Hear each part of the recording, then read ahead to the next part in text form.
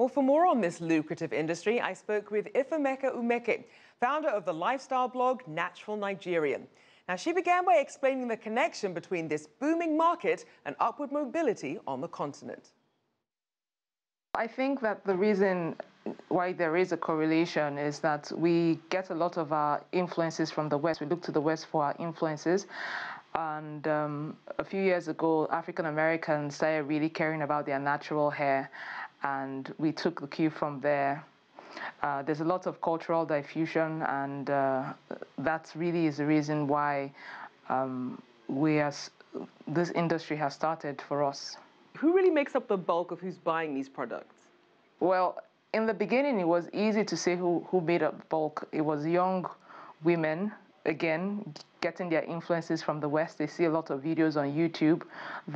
They hear about the movements. They've traveled or they've lived in, say, America or some other European country that has taken up this natural hair movement, and they have returned to Nigeria. So they were the ones in the past that made up the bulk of the buyers of this product. But now we see a move towards people that have never left the country, don't really tune into any sort of social media. However, because Nigerian women are really, really fashionable, and they see that people carry their natural hair really well, it doesn't look as ugly as it did in the beginning when we didn't quite know how to take care of it. A lot of people in that range have started buying natural hair products as well. Tell us about some of the imagery and the marketing that advertisers are using to really lure consumers as trends are changing. In the past, we had a lot of advertisers using ladies that had long, wavy, Caucasian-looking hair.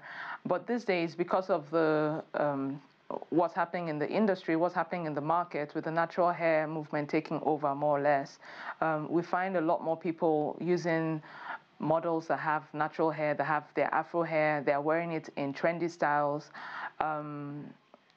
And that has now become a thing, you know, because this movement tends to recognize and celebrate people that use models that look like them.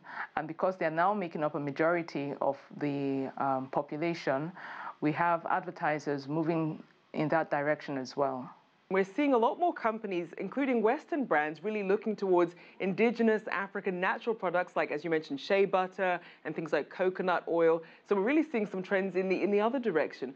Do you expect that trend to continue? Truthfully, yes.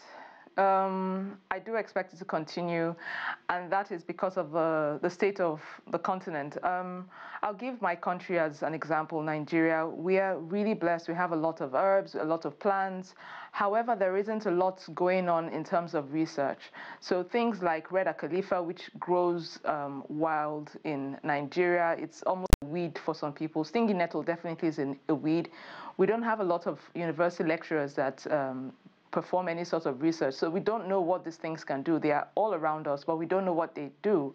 So what happens is that people coming from the West, they take up or grab some of these items, some of these plants, the butters that we never really used, and take it over there, perform the required research, find out what it does, how wonderful it is, and then they start importing it from the African countries. Only when they do that do we start getting interested in that. So unless research starts focusing on things like, you know, what is locally available to us, I really don't see how it's going to change, because we're always going to then be taking our cue from those who know. We simply do not know.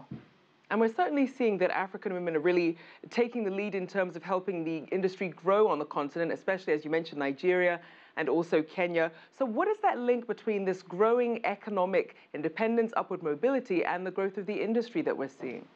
African woman, especially the Nigerian woman, because I've been to several countries in Africa, and I haven't ever met any country where the women are as fashionable, as aggressively fashionable as the Nigerian women. With greater economic freedom, definitely the African woman, the average African woman can never have, like, her beauty regime is never done. So with more economic freedom, she's going to be going out there. We're very aspirational too, so she's going to be going out there and getting more treatments and more products and things that she's always seen her Western counterparts enjoy. And, you know, that will really fuel that the industry. Our thanks again to Ifeamaka Umeike, founder of the lifestyle blog Natural Nigerian.